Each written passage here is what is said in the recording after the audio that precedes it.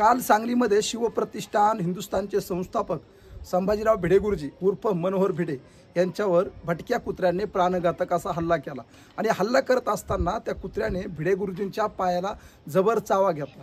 तर मित्रांनो, संभाजीराव भिडे गुरुजीवर जो कुत्र्याने हल्ला केला हा खरंच मुद्दाम कोणी घडून आणला होता का तो सहज झाला किंवा या हल्ल्यामागे कोणी मास्टर माइंड आहे का?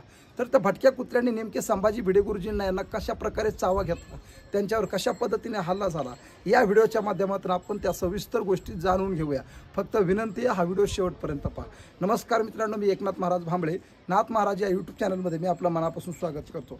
मित्रांनो, शिवप्रतिष्ठान हिंदुस्थानचे संस्थापक संभाजीराव भिडे गुरुजी हे मनुवादी विचाराने चालणारे व्यक्तिमत्व आहे आणि खऱ्या अर्थाने ते संभाजीराव भिडे गुरुजी हे महाराष्ट्रभरत नाही तर पूर्ण भारतभर सध्या लोकप्रिय आहेत आणि सांगलीमध्ये बऱ्याच दिवसापासून ते आता सामाजिक क्षेत्रामध्ये, धार्मिक क्षेत्रामध्ये अग्रेसर आहेत। तर ते राहायला सांगलीमध्येच असतात। तर काय झालं, काल माळी गल्लीमध्ये, सांगलीच्या जी माळी गल्ली, त्या माळी गल्लीमध्ये संभाजीराव भिडे गुरुजी एका धारकऱ्याच्या घरी जेवण्यासाठी गेले आणि जेवण झाल्यानंतर ते येत असतानाच एका भटक्या कुत्र्याने त्यांच्यावर हल्ला केला आणि तो हल्ला झाल्यावर संभाजीराव भिडे गुरुजी यांच्या पायाला त्याने जबर चावा घेतला।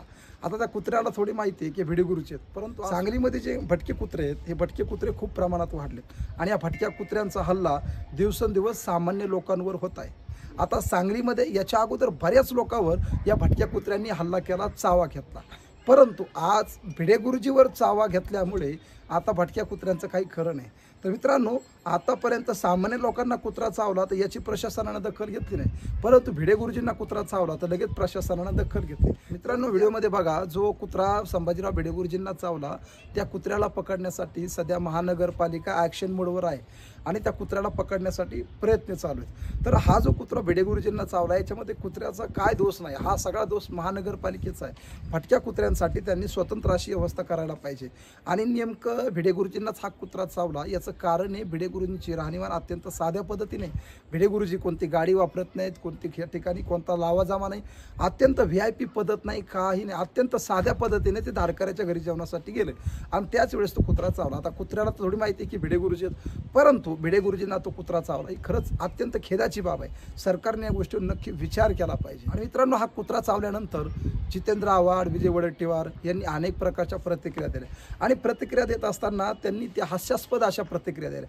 निश्चितच या गोष्टीचा मी त्यांचा निषेध करतो। मी काय भिडे गुरुजींच्या विचारावर चालणारा माणूस नाही किंवा एखाद्या व्यक्तीवर जर हल्ला होत असेल तर त्याचा आपण हास्यास्पद या ठिकाणी प्रतिक्रिया देऊन त्या ठिकाणी स्वतःचा मूर्खपणा व्यक्त करणे अत्यंत चुकीचं आहे आणि विजय वडेट्टीवार असतील किंवा जितेंद्र आव्हाड असतील या लोकांनी या गोष्टी समजून गंभीरतेने घेतल्या पाहिजे। मित्रांनो, जितेंद्र आव्हाड आणि विजय वडेट्टीवार यांनी हास्यास्पद अशा प्रतिक्रिया दिल्या, नक्कीच त्या प्रतिक्रिया आपल्यासाठी निषेधार्ह आहेत। एखाद्या व्यक्तीवर जर हल्ला होत असेल तर आपण त्याचं सात्वन करण्याऐवजी जर अशा प्रतिक्रिया देऊ लागलो तर महाराष्ट्राच्या संस्कृतीचं काय होईल?